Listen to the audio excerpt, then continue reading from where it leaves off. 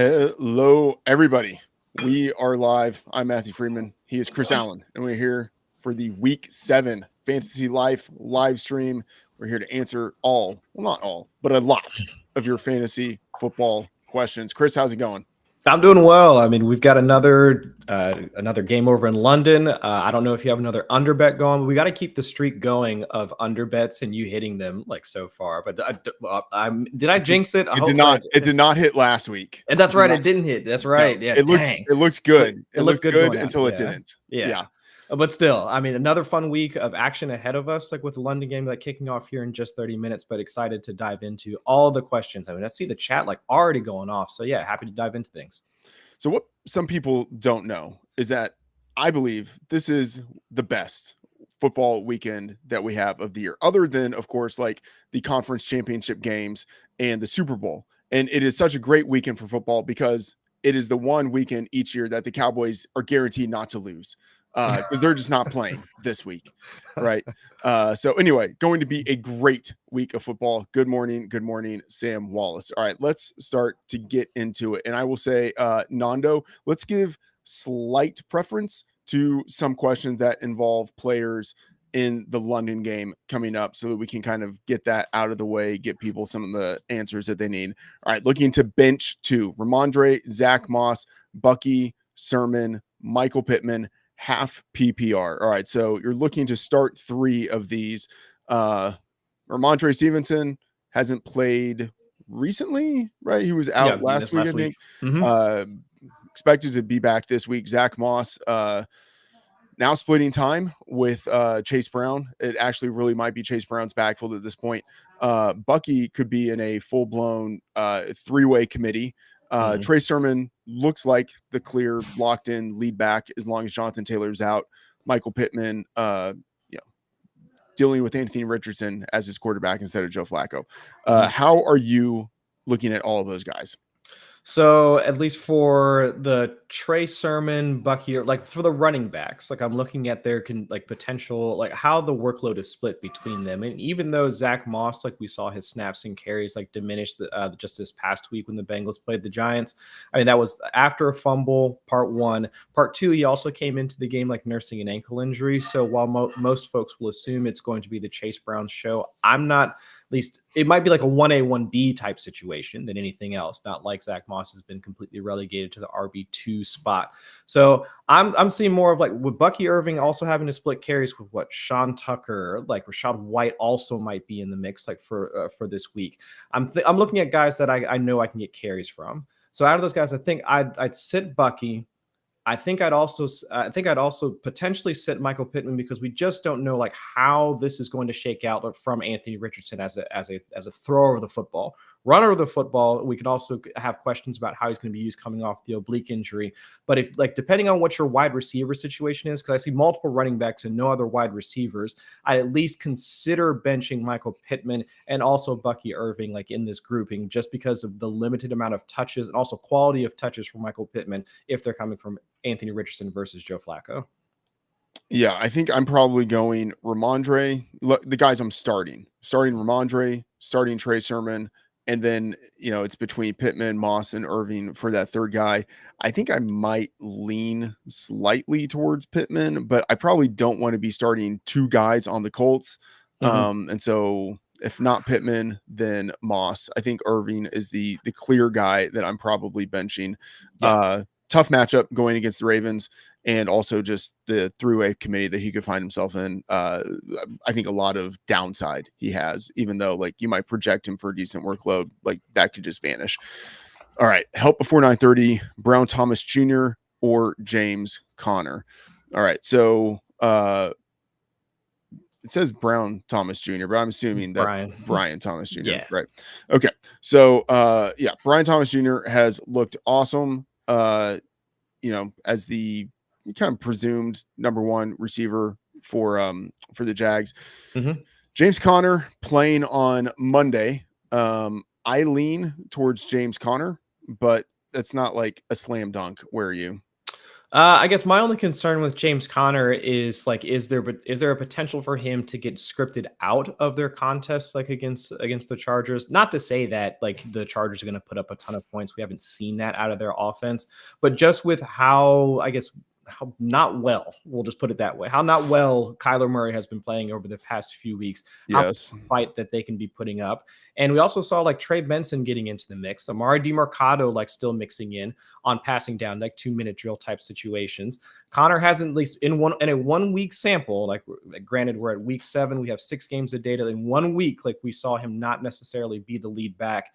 And also going against the Chargers defense, I mean, hasn't allowed a single 100-yard rusher so far this season. Just 2 rushing touchdowns allowed like on the season so far. Actually, take that back. 0 rushing touchdowns on the season allowed. I do have some concerns in where against the Jags, against the Patriots secondary. I mean, we just watched like Tank Dell have a good day against them. Stephon, I mean, there's at least a chance that Brian Thomas Jr. can come out going ahead. So I agreed that if you want to take the production floor out of James Conner, which we assume to still be there, I get that. But if you, let's say, maybe if you played any of the guys from Thursday night and you need some punch, I'd go BTJ.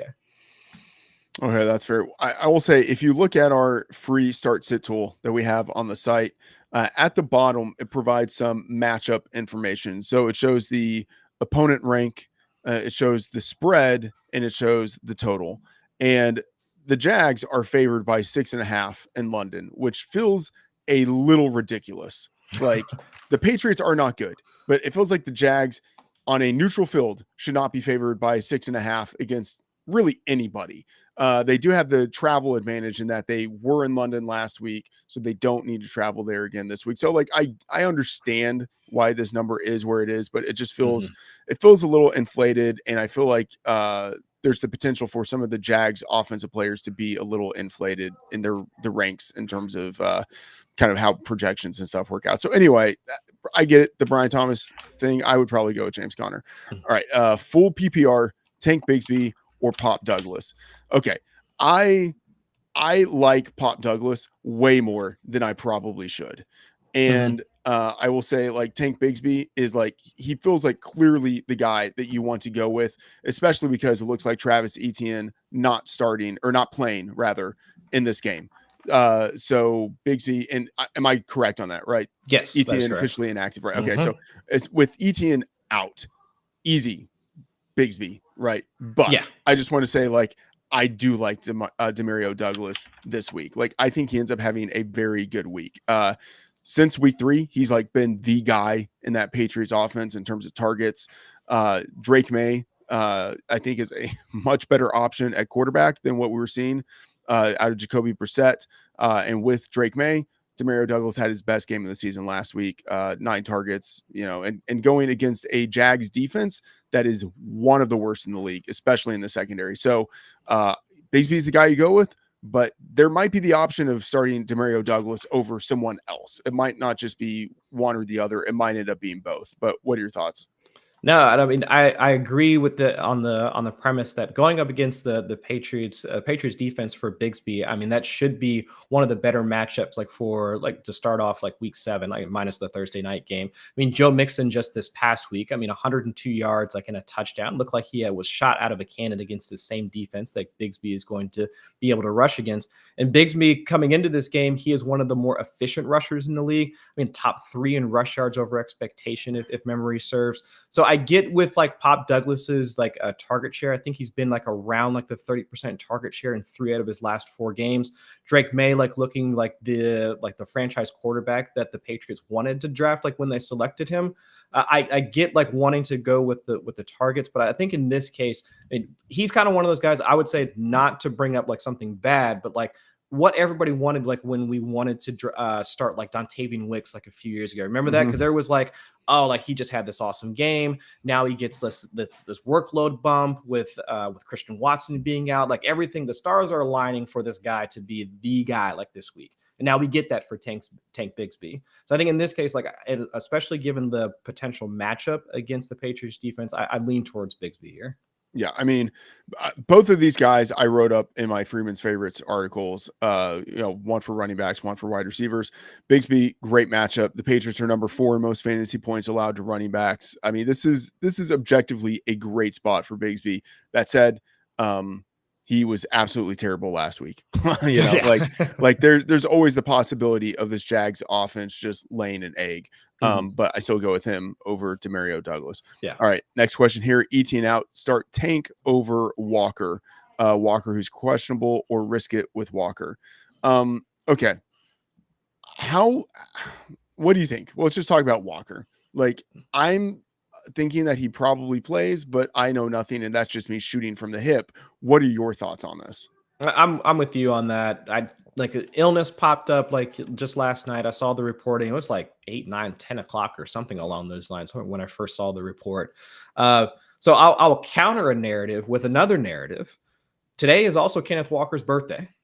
All right. So if we want to counter, narratives, I mean, we'll take the sickness narrative with also the birthday narrative. And then if we want to counter a narrative, this could be the flu game narrative as well. So if we want to say that he's sick, okay, and like that potentially downgrades him. If it's his birthday and he could have that flu game, I think he's still going to play like regardless. So there's nothing, at least I haven't seen anything to the effect of they've called up somebody from the practice squad, made any other personnel moves that would suggest that he's going to miss today's game. At least none of that has been reported as of right now. So I'd still lean towards him playing, and he should be the guy that I would continue to roster over most of the other RB2s that are out there.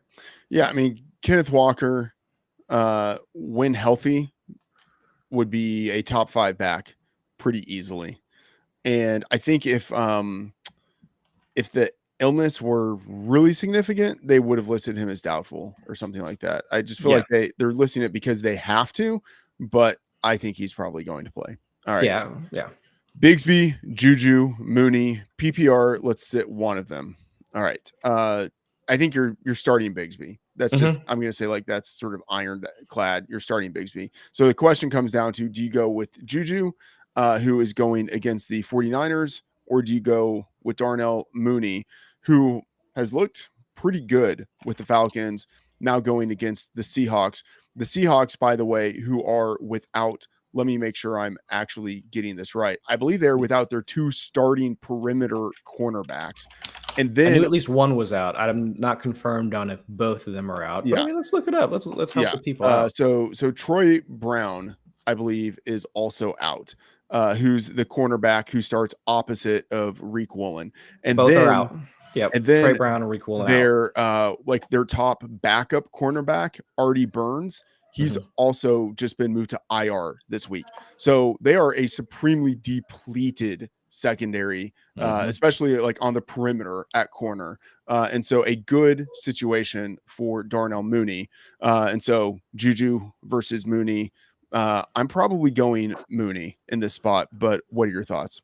I could see you going that way, especially because the hamstring spasms that Juju was reported to have suffered around Thursday. So if I can see a scenario where I'm getting similar potential production out of both of them. Juju primarily playing in the slot, getting the shorter ADOT targets, and let's say being 70% of Rashee Rice, at least having that role. But I can see Darnell Mooney with his a deeper ADOT, 12, 13 yards, hitting some more of those explosives. So overall, I can see the production being the same, but I don't have the same health concerns as I do with Darnell Mooney. So I would probably lean in that direction, especially in a matchup that we think is probably going to be a bit more up tempo. I mean, there are worlds where the KC San Francisco game just turns into one of those low scoring defensive type matchups. So that I see more of an up tempo matchup between the Seahawks and the Falcons. Yeah, absolutely. That game has a total of 52 points. If you're looking at the odds page that we have at Fantasy Life, one of the highest totals on the slate easily. So yeah,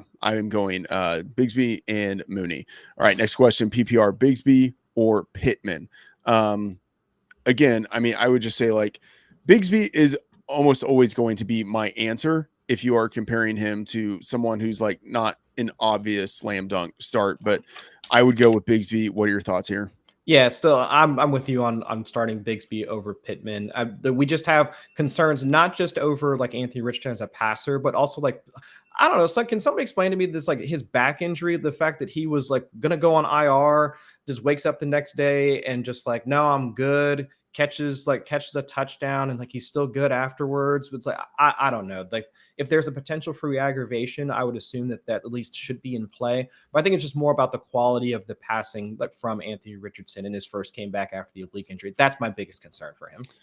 Yeah, the Colts injury report, I'm just going to take a second to kind of step outside of this. A lot of teams will do kind of weird things with their injury reports or like the patterns in which they will rest players. Mm-hmm. And what the Colts have started to do is they'll have a DNP, like if a guy is kind of like questionable, they want him to practice, but they also want him to rest. Like this week, they did this with a number of players where a guy didn't practice at all on Wednesday, which looks like a terrible sign. He practices fully on Thursday and then doesn't practice at all on Friday. Like that is a kind of rare pattern that you see on injury reports, which like normally if you saw just one of those on an injury report, you might be like, I have no idea what to make of this. It feels like this guy, they sat him out. He had a full practice and then like he aggravated his injury or something. But because the Colts are doing this with a number of players on their team, it looks like this is just a strategy that they're using to like try to get guys some practice time while also have them rested on that last day of the week. So like, I'll just say like anytime we see this pop up with like Pittman or any of the other skill position players, like that might be a negative sign for some teams, but just because this seems like it's what the Colts are doing, I tend to interpret this as like it's a systematic thing, and that means Pittman is going to start and probably be fine, but like still listed as questionable. So we really don't know. Like he's playing through the injury, but I'm not worried about him not being able to go in this game. I think he's going to go. Yeah. All right. Question here: Kirk or McConkey? Okay. McConkey is. It's a weird thing because I like him a lot. He's still not like totally locked in as like the number one guy there, the number one pass catcher for the Chargers. But I still like him a lot. Christian Kirk, a similar thing where he's like ostensibly kind of the number one receiver for the Jags, but he's having to deal with someone who is much more explosive in Brian Thomas Jr. I lean, oh man, this is such a toss-up. Like, I probably lean slightly towards Christian Kirk, just in part because he's going against a defense I don't have a lot of respect for right now in the Patriots. But you could say the same thing about Ladd McConkey. Not a lot of respect either for the Cardinals. I'd lean slightly towards Christian Kirk, but what are your thoughts here? If I told you that Quentin Johnston is doubtful and then also Hayden Hurst is also doubtful, would that sway your mind like at all? Yeah. All right. Let me look at this. Yeah. Okay. Good point. Yes.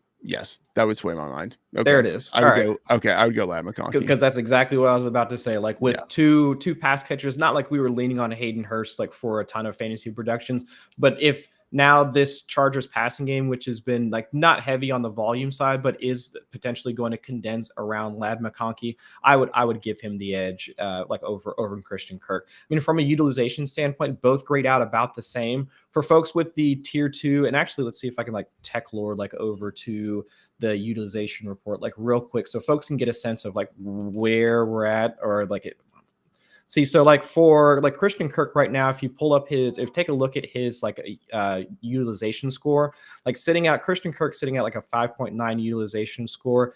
Ladd McConkey sitting right above him, like right now, like at a 6.0. So like they're being used in similar ways, like from an overall standpoint, but being able to go ahead and say that, all right, well, it's not just for this 1 week now. His outlook for potential targets looks a bit better with those two pass catchers being out. I think it also lends itself to Ladd McConkey being the better start, like over Christian Kirk, who has now fallen from where he has like in previous seasons, where he's been like one of the more premier slot receivers like in the entire league. But now, like looking at his utilization from this year, like it's fair to try and at least downgrade like his usage moving forward. So like, yeah, McConkey for week 7. Okay, with you there. All right, start Waddle or Chubb over Christian Kirk.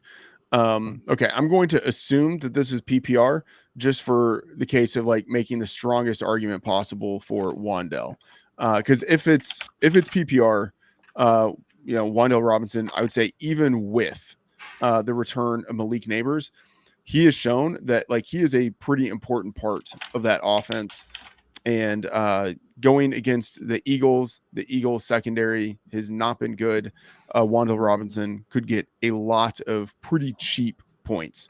I think I'd probably go with Wan'Dale Robinson, but I can also see the case for Nick Chubb. But what are your thoughts here?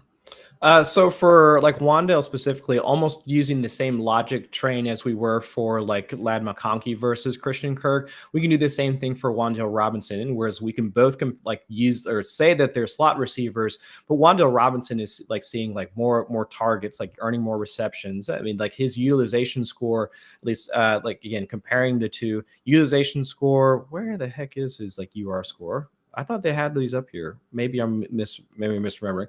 But we just saw like Christian Kirk's like down like a 5.9. I think like Wandale's is like well over 6. So especially in a matchup where like we're not all too concerned about the Eagles secondary as of right now. And with Malik Neighbors, like him and like Neighbors and Robinson were still like producing fairly well together from a PPR standpoint when Neighbors was healthy. So even with him back, I'm not too terribly concerned. So like the start sit tool, I agree with where the start sit tool is at. Like from a utilization standpoint, Robinson should get the edge here. Yeah, the Eagles defense, I think pretty putrid. Yeah. Okay. Thanks again. You are welcome, Cody Lambert. All right, which defense? We've got a defensive question here. Which defense? Commanders, Colts, Bengals, Ravens, or Chiefs? All right, I'll start with like I do not want the Chiefs defense in this spot going against the 49ers, even though it is a lower scoring game in terms of the total. I still do not want that at all. Instead of just eliminating, I'm just going to go straight to the top. I am going with the Bengals. They get to play against Deshaun Watson. The Bengals are significant favorites in this game. They're going against a quarterback who takes a lot of sacks, and teams that are favored tend to have more sack opportunities anyway. And then sack opportunities tend to, kind of breed interception opportunities, pick six opportunities. So I would go with the Bengals. I have them ranked number 3 right now. So that's where I'm going. But, a case to be made for some of the other teams here. What are your thoughts, Chris? For my mental health, I will not choose the Bengals because the moment that I try and like hype them up, then they're going to wind up hurting me in the end. I would say I would also give some credence to the idea that the Ravens could be a good potential defense in order to target. Baker Mayfield like does have like a couple of games where he has already thrown like multiple interceptions in a game. And while the Ravens secondary hasn't been the best in terms of like their back end coverage, and with as many attempts as you'll get from them, and also this is a game where Mike Evans is coming in with a hamstring injury, if memory serves. They haven't really gotten a ton of production out of their Z receiver. Like it hasn't been Jalen McMillan. Sterling Shepard has popped up for a couple of games. So it's like with as much pass volume as we should expect to see out of this game, it's entirely possible that Baker Mayfield like throws one up. Ravens secondary comes down with one, and we get and also a couple of sacks here and there as well. So I'd say the Bengals, fine. Hopefully that turns out to be the case, but if not, the Ravens are also like a fairly good defense, like given the Bucs passing tendencies. All right. For everyone who is joining us now, I'm Matthew Freedman. He is Chris Allen. We're running through as many of your fantasy football questions as reasonable, not as possible, as reasonable. If you do not get your question answered, sorry about that. Go to the free the free start sit tool that we have at FantasyLife. And we also have free rankings on the site that you should definitely check out. All right. Would you flex Mason or Harrison Jr. half PPR?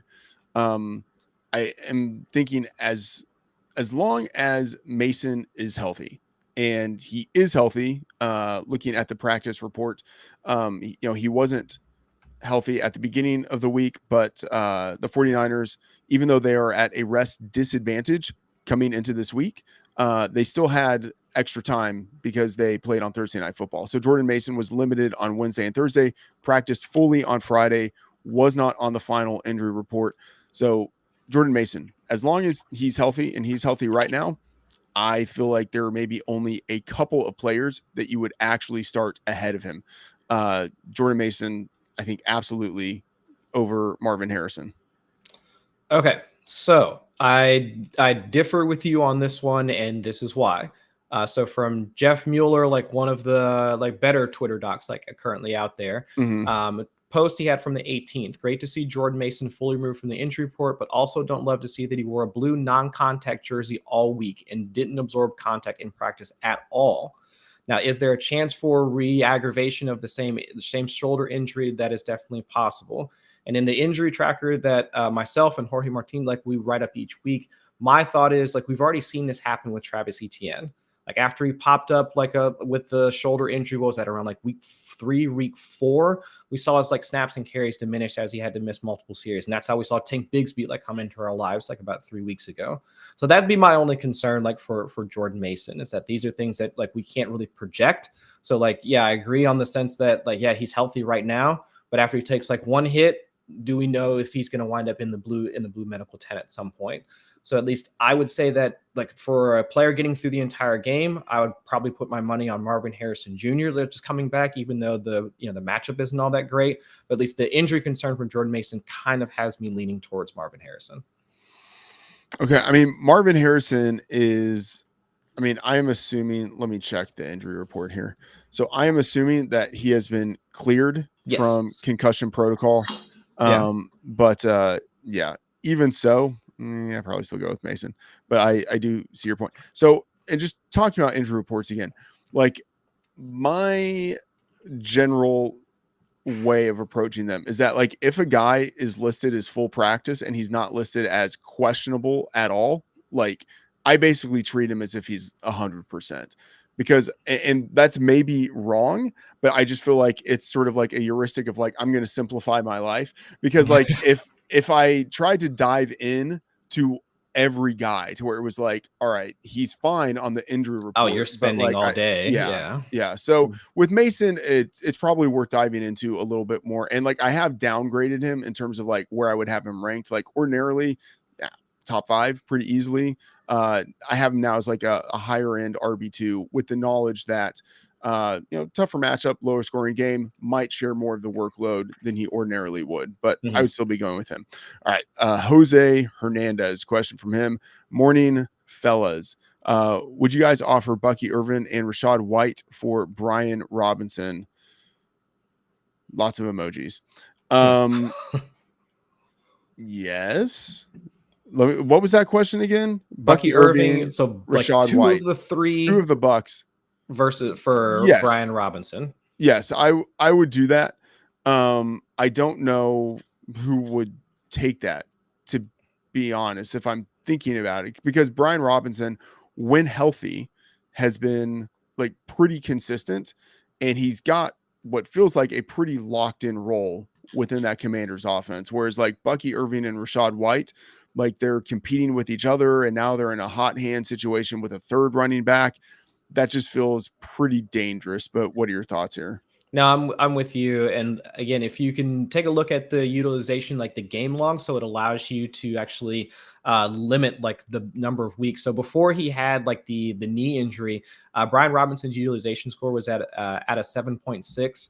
And so comparing that to some of the other rushers like in the league, so 7.6 would essentially translate to guys like Jordan Mason, Ramondre Stevenson, J.K. Dobbins, like the guys that are considered like the workhorse, like clear-cut RB1s like for their team. And we saw that play out on the field, like even with Jaden Daniels as a rusher, like Brian Robinson was still getting his, especially once they got inside the 5 and inside the 10. Like we didn't see Austin Ekeler out there like taking work away from him. So sure, you could offer those 2 guys for him. I don't know like what manager would want to substitute one guy that would be an easy choice versus a headache now with a third running back and Sean Tucker in the mix. But sure, make the offer and see what happens. Yeah. I mean, to be honest, I don't think I'd even make that offer, just because I feel like I wouldn't get a good response from whoever I made that offer to. Yeah. So the best case scenario is I might get no response. All right. Tight end premium and my flex: Singletary, Trey Tucker, Judy, or Hunter Henry. All right. So Devin Singletary, returning from injury, might have to split more time than he did previously, just because of how Tyrone Tracy looked behind him. Trey Tucker, presumably right now the number 1 wide receiver with the Raiders, with Devontae Adams gone, Jacoby Myers out, or listed as doubtful, so presumed out. Jerry Jeudy now presumably the number one wide receiver for the Browns with Amari Cooper gone, and then Hunter Henry. I mean, look, this game has already started, so this game literally starting right now. Yeah. So let's just take Those Hunter three. Henry out of the equation here. I'm going Devin Singletary just because I feel like he has more projectable volume, and still like his matchup against a weaker Eagles defense. But what are your thoughts? Yeah, I agree with you there. One note though, Brian Daboll did say that they were going to ease him back in, like after missing, what has it been, like 2 weeks with the groin injury, and because like Tracy has played so well, I think he was the RB7 over his 2-week start, like for the Giants. But no, from projectable volume standpoint, like I don't really have I don't want to like target any of the wide receivers like for the Browns, and like with Deshaun Watson still there. Pretty much the only pass catcher I'd probably consider starting like from the Browns would be David Njoku. I think that's about it. So Jerry Jeudy, no. Trey Tucker, even with condensed volume, with no Devontae Adams, like no Jacoby Myers, no. Just give me the projectable volume with potential projectable volume with Singletary. All right. Achane versus Worthy PPR. Now, PPR normally favors wide receivers a little bit, but Xavier Worthy is the kind of wide receiver who I think actually is like hurt a little bit by PPR just because like he's not a volume guy. He's a big play guy. Achane actually is one of the backs who could benefit a little bit from PPR in a matchup against someone like Xavier Worthy, because you could see him getting like 5 to 7 targets in a game. Like that happens with Achane. And so I would lean towards Achane kind of anyway, but then the fact that he's maybe kind of benefited by the PPR versus Xavier Worthy makes me even more intrigued with him. So yeah, Achane for me. And by the way, this could be the last week that we have Achane in this diminished version of the Dolphins offense. It's looking like trending like Tua Tagovailoa will return next week to action. So I would say like, I think you start Achane now if you have him. If you don't have him, I think maybe you're kind of trying to buy him low just a little bit. Maybe you can pull off a deal before games kick off here, but Achane is the guy I would go with. Yeah, and I agree there. I would say that another point that kind of works in your favor is the fact that like going into the Dolphins bye week, we saw Jalen Wright like mix in for a fairly healthy amount of work. I think it was around like 25, like 30-ish% of the team's carries, if memory serves. So it's like you also have like that along with the uncertainty regarding the entire offense because like it was Tyler Huntley's like first game. I mean, there is a definite like buy low type situation, even though like most managers, they've probably seen the report that Tua is coming back, but the whole offense continues to stink. Like you could be able to like slide like Achane away from another fantasy manager's roster. So I go for that. Yeah, and Achane entered the bye week last week with a concussion, totally cleared, practiced in full every day this week. So I feel like this is a full Achane type of game. All right, Ekeler or Chubb. Ekeler looked more intriguing when it looked more likely that Brian Robinson would be out this week. It looks like Brian Robinson is going to be in, and so I think you knock Ekeler down just a little bit. Chubb returning from injury, great story, and I'm like tentatively enthusiastic about him, but like Chubb feels like more of a risk-seeking type of play, because like they could split the workload with him a little bit, try to ease him back in. Whereas like Ekeler, like even with Brian Robinson, like we have a pretty solid sense of what his role is week in and week out, and great matchup against the Panthers. Like even if Ekeler isn't their goal line back, like he could fall into the end zone this week just because going against the Panthers in a big total, Commanders at home favored by almost 10 points, favored by 9.5 points. So I would go with Ekeler, but like the Chubb story is a good one. Yeah, even I, as a Bengals fan, am rooting for him. Like reading through like Chubb's story that he put out in the Players Tribune, like I thought it was like just I hope he continues to have like a fruitful career and all that. But I'd say for Ekeler for this week, we already know his contingent value, like working behind Brian Robinson. And let's just paint a potential scenario where the Commanders are like blowing out the Panthers, and we see Ekeler come in and mop up duty. That's almost the same setup that Tyler Algier had like just this past week, and he wound up with over 100 yards and a touchdown against that same Carolina defensive front. So I'm with you on this one. I think Ekeler is probably the better option, not just from the contingent value, but also on a team that is like heavily favored in this matchup today. Yeah. All right. Next question here. Standard scoring. Marvin Harrison Jr. or Jackson Smith and Jigba. So Harrison coming off of the concussion, Jackson Smith and Jigba, who has had, like, I don't know if I would say like a full-on breakout season, but he's certainly outperformed what he did last year as a rookie. And now he's playing in what should be a high-scoring game with a total of 52 points, indoors in Atlanta. Pretty good environmental setup for him. Pretty close between the two. I think I go slightly towards Marvin Harrison, but what do you think about JSN? I do like JSN like this week, and not to say that I have like serious health concerns for Tyler Lockett. He did pop up on the injury report during midweek with a DMP, did get in a full practice to end the week. So there's at least some one scenario or a couple of scenarios where it's like Tyler Lockett, we see a little bit less of him, a little bit more of JSN. But either way, from a usage standpoint, JSN is starting to hit like a lot more of those metrics that we would like to see like out of the wide receivers that are like would hit that potential breakout like in their second season. So I'm with and my problem with Marvin Harrison is the fact they're not giving him those layup targets. I mean, around like 30% of his targets have been under 10 air yards, not really being used on like for pre-snap motion in the slot. Just like if Drew Petzing wants to get the ball in his playmaker's hands and make it easy for him. Like I don't understand like the idea of like we're just gonna have him out athlete like every defender that they come across. So I guess I want to say like because of his like 20+% target share, you should go with Marvin Harrison.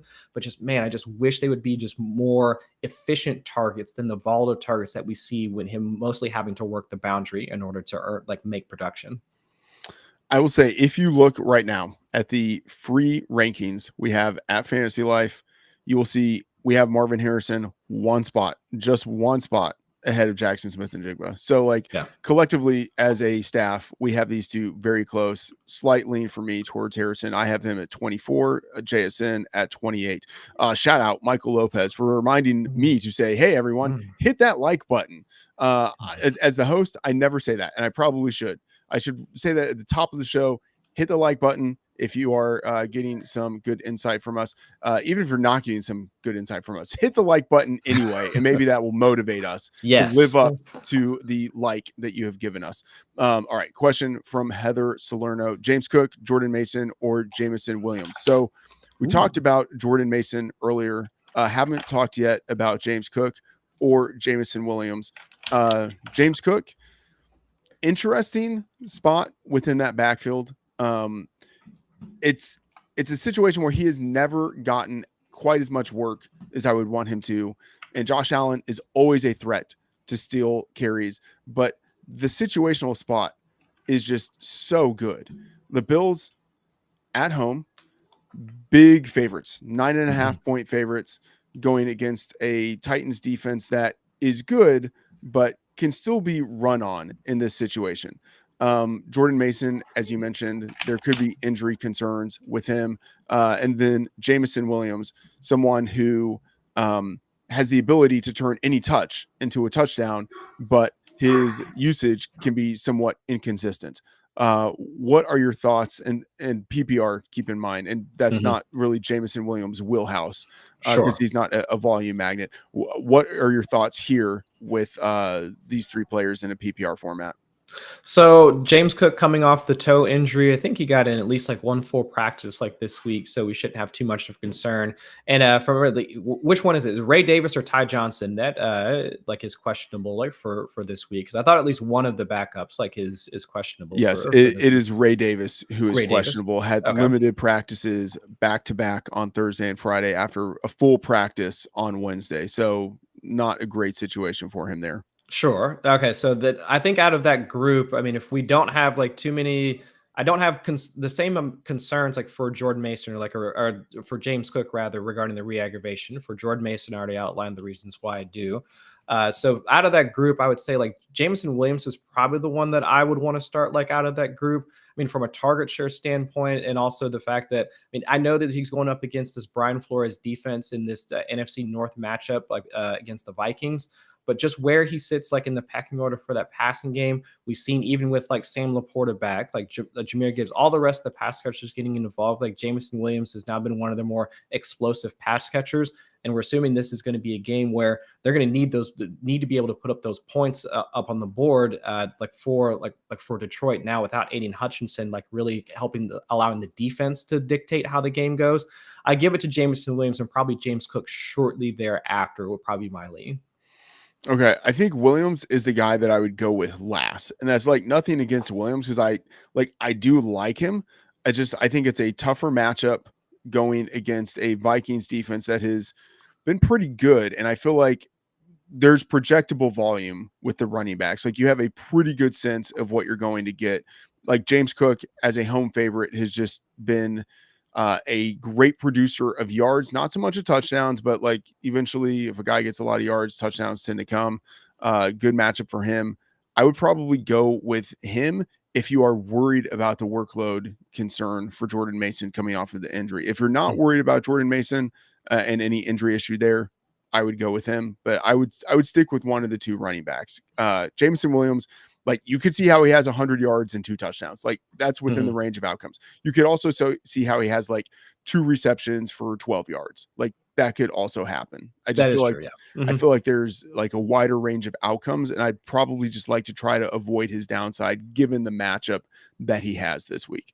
All right. The question: start Pollard, Jacobs, or Mason? Already starting Kyron. Love all of these spots. Tony Pollard, Tajay Spears. Let me just make sure, right? Tajay Spears is out this week, yes. Right? Mm-hmm. So Pollard gets a boost, and he's been playing very well anyway. Josh Jacobs, like the spot that he has as a home favorite this week. And then Mason, talked about him, also a home favorite, but injury concerns. Where are you looking here?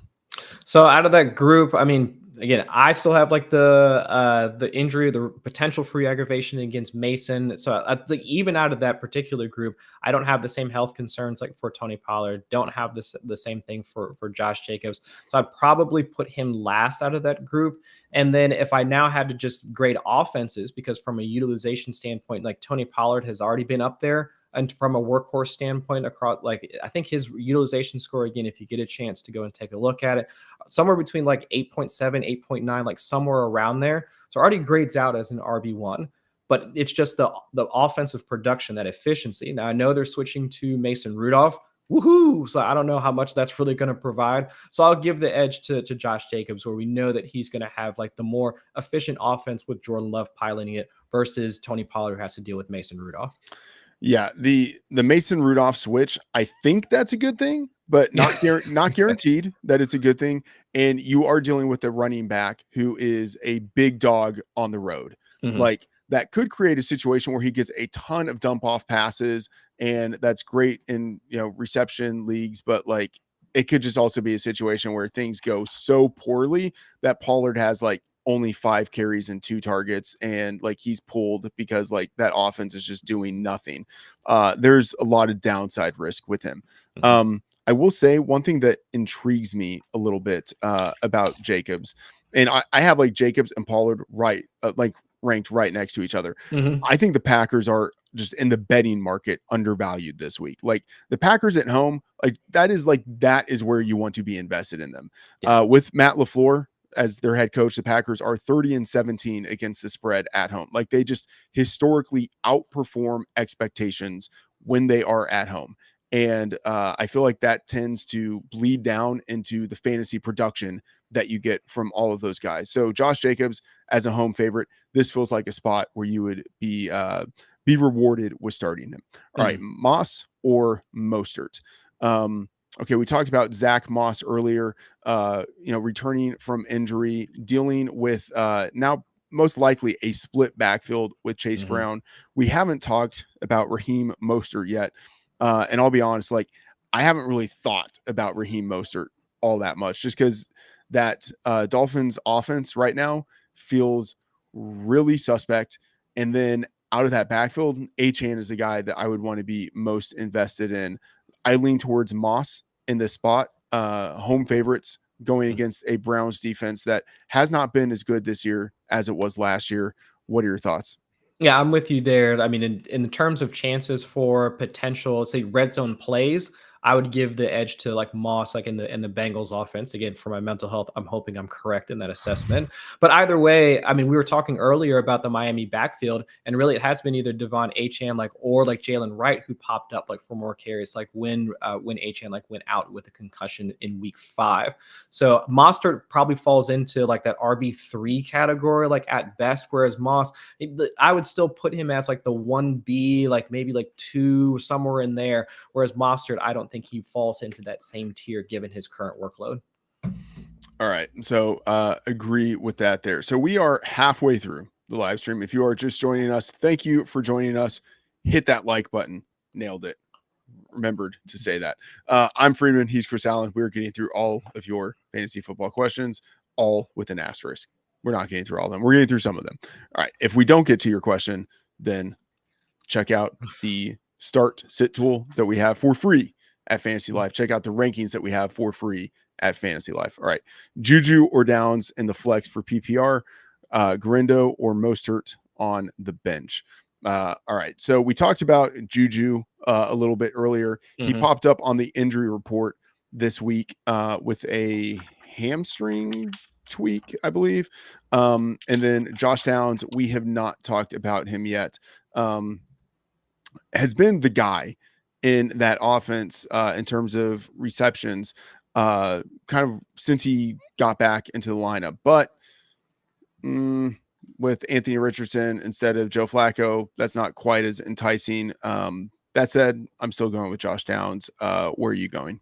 Yeah, I think I'll give the edge to Josh Downs in here. Like he was battling with Michael Pittman for volume, like independent of who the quarterback was. And so if we still have some general concerns about what Michael Pittman's health status is with this back injury, I would give the edge to Downs. Whereas like with Juju, it's like we talked about like the upside for a guy like Xavier Worthy, and like the assumption is going to be that Travis Kelce is going to have like another good day, like from a receiving standpoint, and we'll see like who ends up mixing in like out of the backfield, because like CEH is also supposed to be active for this game as well, if memory serves. So it's like there are multiple paths like for Juju to either like kind of regress in that Rashee Rice role, or at least the high percentage of that Rashee Rice role. And but for Downs, it's like that workload, I don't see that being a similar concern. It's really just the quality of passes that he's going to be earning like in week 7 than anything else. And then Grindo versus Mostert, and said on the bench. So I'm kind of assuming that this means like, which of these guys would you like to have on your team? Not starting him this week, but maybe someone who's on your bench now and then has some value in the future. That's the way I'm interpreting that question. Yeah. I would go with Grindo. Yep. Mostert feels like his best days are behind him. I mean, this is Achane's backfield, and then Jalen Wright is still someone who would work in if there's an opening there. Grindo feels like, I know the Christian McCaffrey reappearance is presumably on the horizon, but you just never know for sure with Achilles injuries. Jordan Mason, as you mentioned, already banged up right now. It feels like there's a path for things to go right with Grindo. And we know that if he steps into the starting role, that offense can make stars out of almost anyone at the running back position. And everything is going well with that offense right now.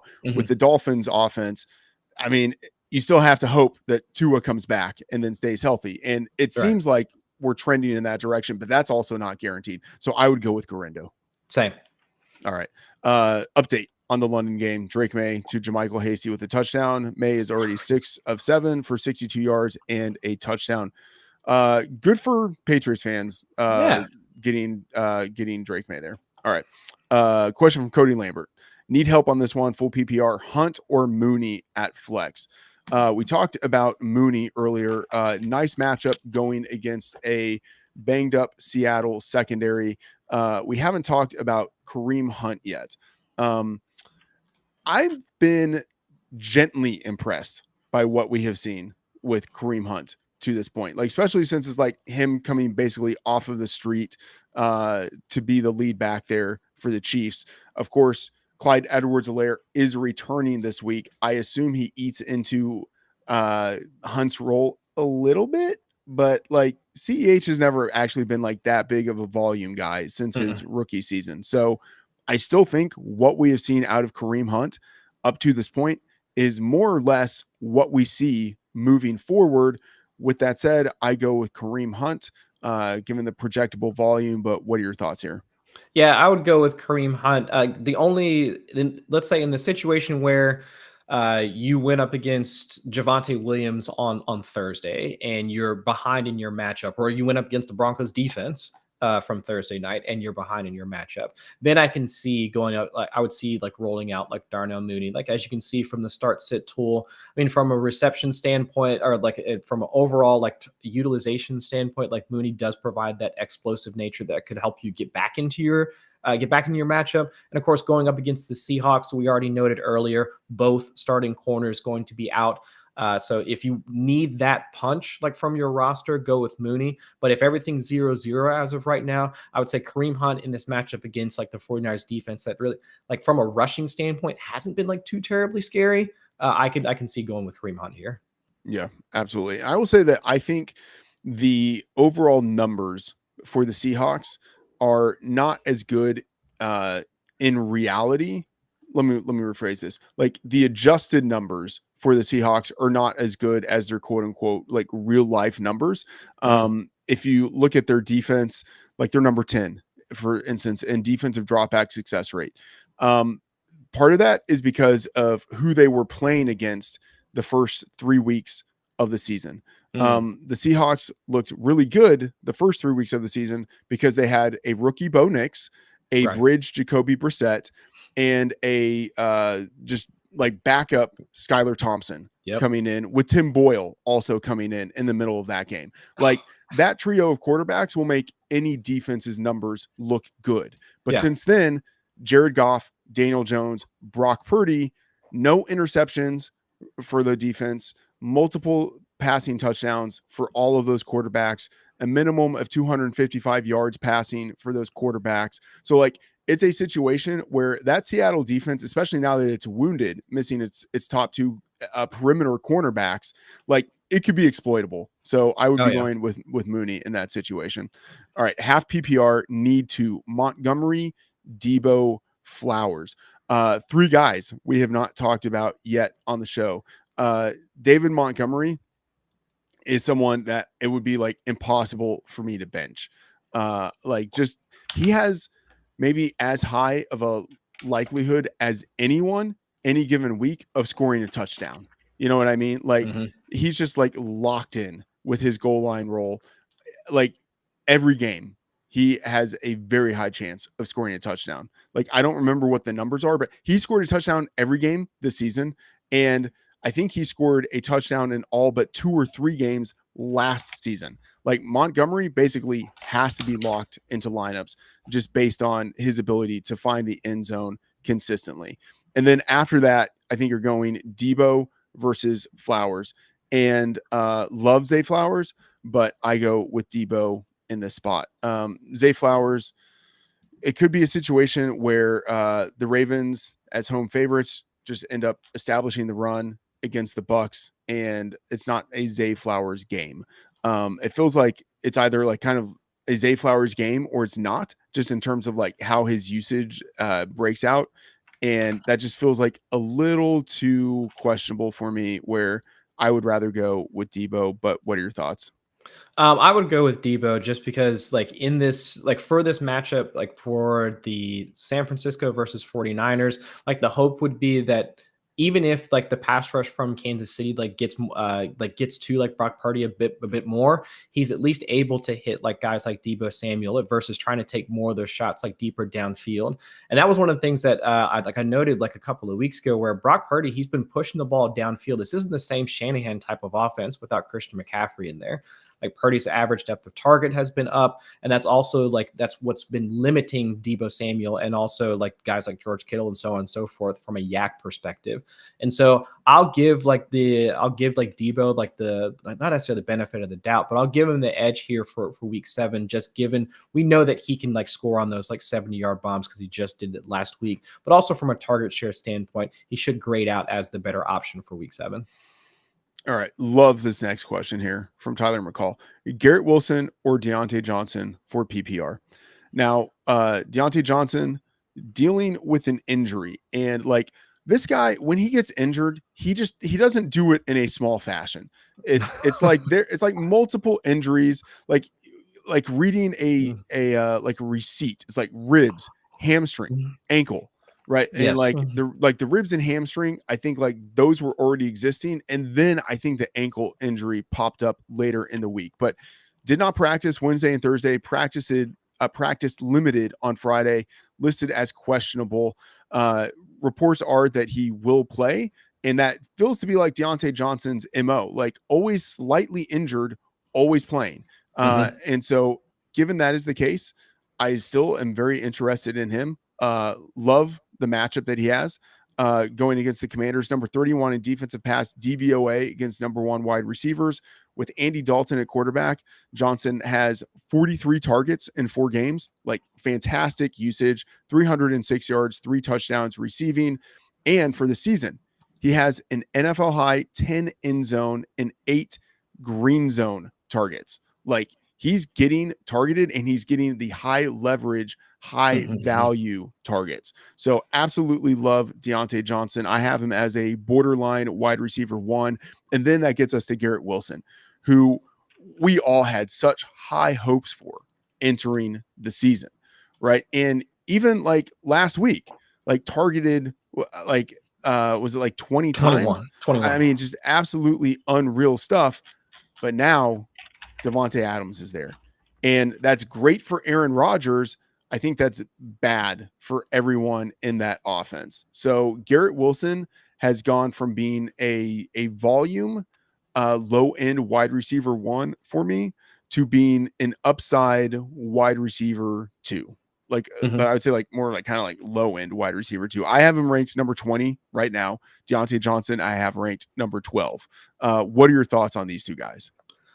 Just using our DVP tool that's available on FantasyLife.com. I mean, you can see, like, to your point, like we already have like the Commanders as one of the better defenses that you want to target, like 3rd in fantasy points per game allowed, like to the wide receiver position. Yeah. And even though Deontay Johnson, he was carted to the field, like for practice, like that was one of the, like, I'd never heard such a report before, but when I saw, like, I'm skimming X amazing. And like, I just see like Deontay Johnson carted. And I was like, oh gosh, like what's going on? But no, it's like carted to the field, like for practice. I was like, all right, man, go ahead.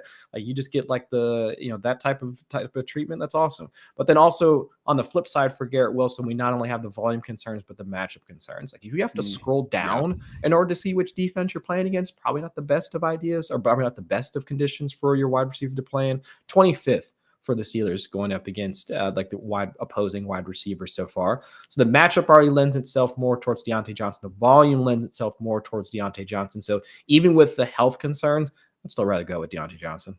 Yeah, absolutely. And check out the DVP tools that we have. So for each position, it's listed. And one thing that is really cool about that, if we could get back to the wide receiver DVP tool. So we have it listed for PPR, half PPR, and standard. And then we have the fantasy boost column, which I think is a fantastic way of really looking at the impact of defenses, because it's not just, okay, who has allowed a lot of fantasy points? That matters, of course, but there's also context, like, hey, did they have this defense? Did they have a string of really tough matchups? And maybe they're not actually that bad. It's just that they were going against some great passing offenses. That would be borne out in the fantasy boost number right here, which kind of shows the delta, like the difference between how offenses normally perform on average and how they performed against that specific defense. Right. And so you can see, if you sort at the top, looking at like the Jags, for instance, if you sort by fantasy boost, the Jags, yeah, definitely like a bottom 2 defense if you're looking at fantasy points allowed. And then if you sort by fantasy boost, they're number 1, 9.8 points allowed in excess to wide receivers. So it's not just that the Jags are bad. It's that, like, let me rephrase this. It's not just, oh, they've had a string of bad matchups or something like that. as you can see based on the fantasy boost column, like the Jags are actually bad. Like the Ravens defense, at least with wide receivers, actually bad. The Commanders actually bad. So everyone should check out the DVP pages that we have. The fantasy boost column is one of my favorite ways of kind of sorting through these defenses and looking at them and really getting the sense of like, okay, is this a bad defense or just a defense that has run up against some really tough matchups? Mm-hmm. All right. Question here. One more, guys. Flex full PPR, Deontay Johnson, Ladd, Bucky, Madison. I'm going Deontay Johnson. I just want full exposure to that guy. Yeah. I think like you could put McConkey as the second out of that group if you're more on the risk averse side of things and you have like the health concerns for Deontay, then I can understand going with McConkey, even though he's also coming in with like a hip injury, if memory serves. But I would say like Deontay Johnson has to grade out as the best of that bunch. All right. Tyler Algier or Tyrone Tracy. So looking at two supplementary running backs here.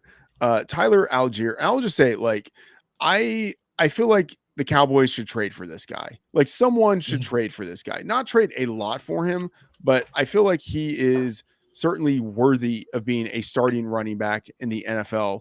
And just because of circumstances, he's stuck on the bench or like as a supplementary type of back. So Tyler Algier versus Tyrone Tracy, who has looked good previously instead of Devin Singletary, but now Singletary returning. Both of these guys in supplementary roles. Honestly, I think it's like pretty close to a toss-up. I lean slightly towards Algier, but what are your thoughts here? And I'll just say Algier, he's playing as a home favorite in a game with a 52-point total. For me, that is basically the tiebreaker between these two guys. But what are your thoughts? Yeah, that's where I was going to lean as well, because if you were going to tell me that if this was like both on like neutral fields or something along those lines, like I might give the edge to Tracy just because we would expect it for him to lead the Giants backfield this week as they try and like, kind of like let Singletary like work back into the rotation. I know there was some talk about Eric Gray also getting mixed in, but like Tracy should get the majority of the carries. That's what the beat writers have been saying most of this week. So I'll go with that. But in this case, like with the Falcons, like playing at home, also we noted a lot of the defensive injuries like for Seattle. So we could envision a scenario where it's like they make their way down to the like inside the 5, and it's like Algier getting some of the carries, right? And we've already seen that happen, like that split between him and Bijan already throughout this season. So I'd say the matchup kind of lends itself, and also like the game environment kind of lends itself to Algier. So I'll go in that direction. Yeah, like I think Algier has a better chance of falling into the end zone. And, like that's basically with backup running backs. I think that's kind of more or less what you're hoping for. I have Algier ranked 30, Tyrone Tracy ranked 34. And then Chris, to your point about Tracy potentially leading that backfield with Singletary, I have Singletary ranked 35. So Tracy and Singletary, I have ranked right there with each other. All right. Higgins or Reed, full PPR. I talked earlier about how when the Packers are at home, they just absolutely dominate. From the betting perspective, 30-17 against the spread, the Packers at home under head coach Matt LaFleur, and that tends to result in in excess of fantasy production for the skill position players. Jayden Reed, like I know that he is likely to have regression at some point. Right. Like he's been so incredibly efficient that it cannot last. That said, maybe we should just assume that he is also like a super efficient player. And like when he regresses, he will regress to the true Jayden Reed number and not like to the league number. You know what I mean? Yeah. Jayden Reed, have to start him. That's just like my opinion. But like there are only maybe like 8 guys that I would start ahead of Jayden Reed in any given week. But Reed just feels like an automatic, no question. I'm always plugging him in. Yeah, because I think we have like some concerns about like, well, how much is Romeo Doubs going to get mixed in? Christian Watson like also working in. And like, I know that's going to be week to week question for a lot of the Packers pass catchers, like even Tucker Kraft, like also getting involved. But like Reed has been like more or less the mainstay like in that offense. So I don't have too many concerns about his workload. That being said, so I will agree with you in that I would give like Reed the edge. But if I can like really quickly pull up the utilization comparison tool, like right now, like T Higgins, like since he's come back, like he Yes. has been more or less like the Bengals like wide receiver one, like almost like Yes. out targeting like Jamar Chase like so far. So I don't think this is a completely outlandish question. But in this game environment that we're talking about, like with the Packers, I would say like for this 1 week, I would give the edge to Reed, but it's not a crazy question at all. Just with how many targets like Joe Burrow has been forcing in the direction of T Higgins, and hopefully that works out so that T winds up getting into the end zone like maybe 2 or 3 times again, just for my own personal benefit, like that sort of thing. No, I mean, Chris, to your point, like the question makes sense because T Higgins is a guy who should be started in the vast majority of leagues. Yes. Right. Yeah. And so like, yeah, you're in a super advantageous situation where you're having to choose between 2 guys who really should both be started. So yeah, in this situation, I go with Jaden Reed, but not a bad question at all. Yeah. But for this 1 week, I'm with you. Like Reed over Higgins for this 1 week. I get it. Yeah. All right. Whittington, Downs, Waddle, full PPR. Okay. Downs, we talked about him earlier. Whittington, interesting under the assumption that we do not see Cooper Kupp this week. And I think everything is kind of trending in that direction that we do not see Kupp. And then Waddle, I wouldn't say like an afterthought at this point because of like the offense that he's in and the fact that it's not Tua at quarterback. But yeah, things have not gone well for Waddle to this point. I'm probably going with Josh Downs, but what are your thoughts? That's where I'm at too. I want no part of this Miami passing game until like Tua comes back. Now, is there a chance that we could see like the Miami's passing game like have a resurgence like after they've had the bye week to reset? Tyler Huntley gets a bit more comfortable like with the playbook and all of that. That's entirely possible. But with that general uncertainty around like them just being able to even just generate first downs, I think like 50 first downs like they've generated over the past 3 weeks without Tua being there. I think he's the one I can it's easiest for me to just put him out of this list. And now you could talk to me about like Jordan Whittington, but again, this Rams passing game, I mean, Demarcus Robinson like getting some stuff, like Tutu Atwell like getting some work as well. I'd rather just take the guy that we know where the targets have been more or less condensing around like Josh Downs, like we talked earlier about how he's been out targeting or like out earning a guy like Michael Pittman. So I'd take Josh Downs out of that group just where I know the projected volume is going to be. And I will say I do have a little bit of injury concern with Jordan Whittington. Coming off of the bye should be fine, but still dealing with a shoulder injury, limited in practice every day this week, listed as questionable. Like probably plays, probably is fine, but that's not locked in. All right. PPR running back, Brian Robinson, Achane, or Connor. And then the flex, Deontay, Garrett, can any of the others for flex? So let's start with running back and then go to the flex question next. Brian Robinson, Achane, or Connor. What are you thinking here? Out of that group, if we don't have like any injury or game script concerns, we already talked about like Robinson, like in James Conner and all that. I'll take Brian Robinson just because we know that this Commanders offense with Jaden Daniels, I mean, that is probably one of the better matchups like for this week. And also going up against like the Carolina Panthers, they are second on our DVP tool in terms of fantasy points allowed to the running back position. So I'd probably lean there, but with Achane as a close second, just given the PPR format. Yeah. So Robinson, I definitely go with, and then I have to say, I go with Deontay Johnson as the flex versus Achane or Connor. But Robinson, I start at running back, and then it's impossible for me not to go with Deontay Johnson, given the matchup that he has. And I do kind of like, this is like small, doesn't really matter, but I still like if things like things like this when they line up. I like that it's basically like a game stack of Robinson and Deontay Johnson to where like That's a really good point. Robinson could go off on the ground. Commanders get out to a big lead, and that means you have some production coming back the other way with the Panthers really needing to pass the ball. So there's some potential synergy there between those two. So I like that possibility there.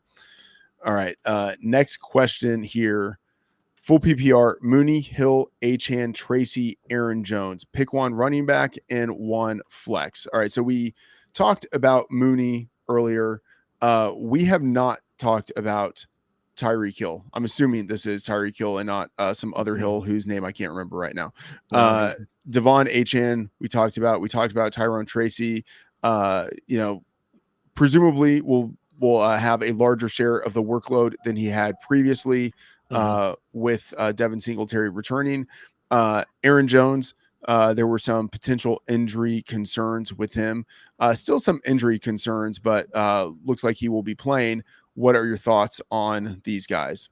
So if I had to pick one running back like out of that group, and this is like full PPR, if I don't have like any workload concerns, I think I'd go Achane like out of that group. Actually, no, swap that. No, give me Aaron Jones like out of that group. I even with like the Vikings going against Detroit, no Aiden Hutchinson, like Aaron Jones, would grade out as the better running back to go out of that. Like Tracy having to deal with Singleton, I think like he would probably be the worst out of that. And then like, what was the other one? Needed one for flex. Mooney, I think is probably like a potential option there, but I forget who the other options were. So we had Mooney, Tyreek Hill, Achane, Tracy, and Aaron Jones. So I'm with you. I think I have Aaron Jones as the running back that I would go with. And then I honestly might kick it with Achane in the flex, but it's much closer between Achane, Tyreek Hill, and Darnell Mooney. Like those are all in the same general tier that we have in our rankings. I probably go with Achane just because I feel like the projectable volume is there as a running back, more volatility with Tyreek Hill and Darnell Mooney, but certainly a case can be made for either of those two other guys. No, I like that call there for Achane. The Colts have surrendered like over 230 rushing yards on the ground the past 2 weeks with like DeForest Buckner out. I mean, they've had like a couple defenders like in and out of the lineup, like for on the defensive side. So yeah, Achane I think is the better option there. All right. Next question that we have here. Full PPR, start one. Downs, Worthy, Waddle, Legette. All right. So we've talked about Downs, target magnet in that offense. Maybe not as many targets with Anthony Richardson, but still targets coming his way. Xavier Worthy, talked about him earlier. Not someone that I want a ton of exposure to in PPR. That's just not really his game. We just mentioned Waddle, a little more of an afterthought within that offense that is just not anywhere near where you would want it to be given without Tua. And then Xavier Legette, the number 2 receiver for the Panthers. Good matchup that he has. But, the question was just like volume. How much does he get if a lot of it is going to Deontay Johnson? I lean towards Josh Downs. What are your thoughts here? I would say Josh Downs is the one that I would go to as well. If you are more on the risk averse side and you do think that there's a potential for Deontay Johnson to maybe start but get rolled up on, maybe miss a couple series because whether it's the ribs, the ankle, the hamstring, like any one of those things, Legette would be the guy that you'd like want to target. And just looking at like his utilization report, like I'll go ahead and pull that up again. Such an excellent tool that folks should be able to reference on a week in, week out basis.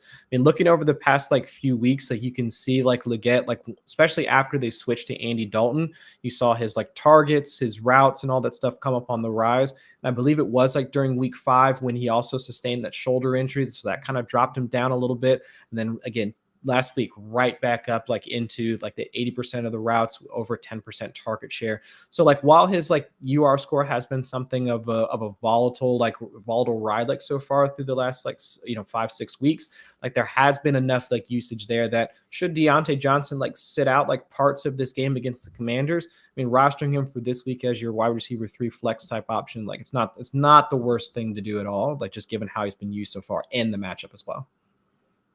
All right. One more question here. 6-point passing touchdown. Start Kyler Murray or Jared Goff. By the way, I will say I love the 6-point passing touchdown leagues. I know that's not like something that is super widespread in the industry, but it's a way I feel like of making the quarterback position more important without going the full super flex or 2 QB route. So I do like that option. And then plus I'll just say like, I like the symmetry of like, hey, it's a touchdown. give them the full 6 points. You know what I mean? Like you're giving it to running backs and wide receivers and tight ends. Just do it for passing touchdowns with quarterbacks as well. Anyway, I would go with Jared Goff. Matchup isn't great going against a Vikings defense that has been way better this year than I thought they would be, but still a very high scoring game we would expect between these two teams.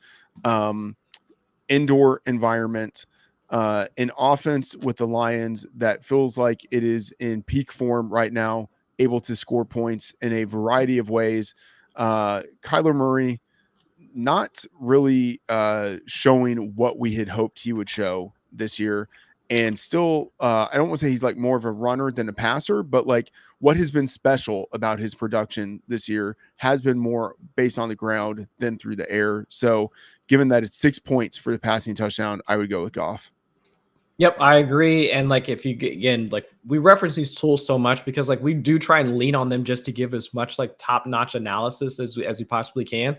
But looking at like our DVP tool, and I'll go ahead and like I'll pull it up for folks to look at. I mean, both are bad matchups. Like, don't get me wrong, but at least like the Chargers, like for Kyler Murray, I mean that is like our like what bottom 4, like our 4th worst ranked matchup. Vikings are around like the bottom 10, bottom 11 like ranked matchup. So I'd say if there is like some edge to be gained, like out of like between either of the two, like Jared Goff like would be the one that I would lean towards. And like we talked earlier about Jameson Williams, like as a potential guy that folks were asking about earlier to put in their wide receiver 3 like flex type position. Amon-Ra like is probably all like he's a locked in starter, and of course like any of the running backs. We talked about David Montgomery earlier as being the guy we want in our roster. So like we like most of the pieces like surrounding Jared Goff, and so of course that also should lend itself to us liking Jared Goff as well. Yep, absolutely agree. All right, that is going to do it for questions. Oh, and block the spammers. Yes, let's try to block the spammers where possible.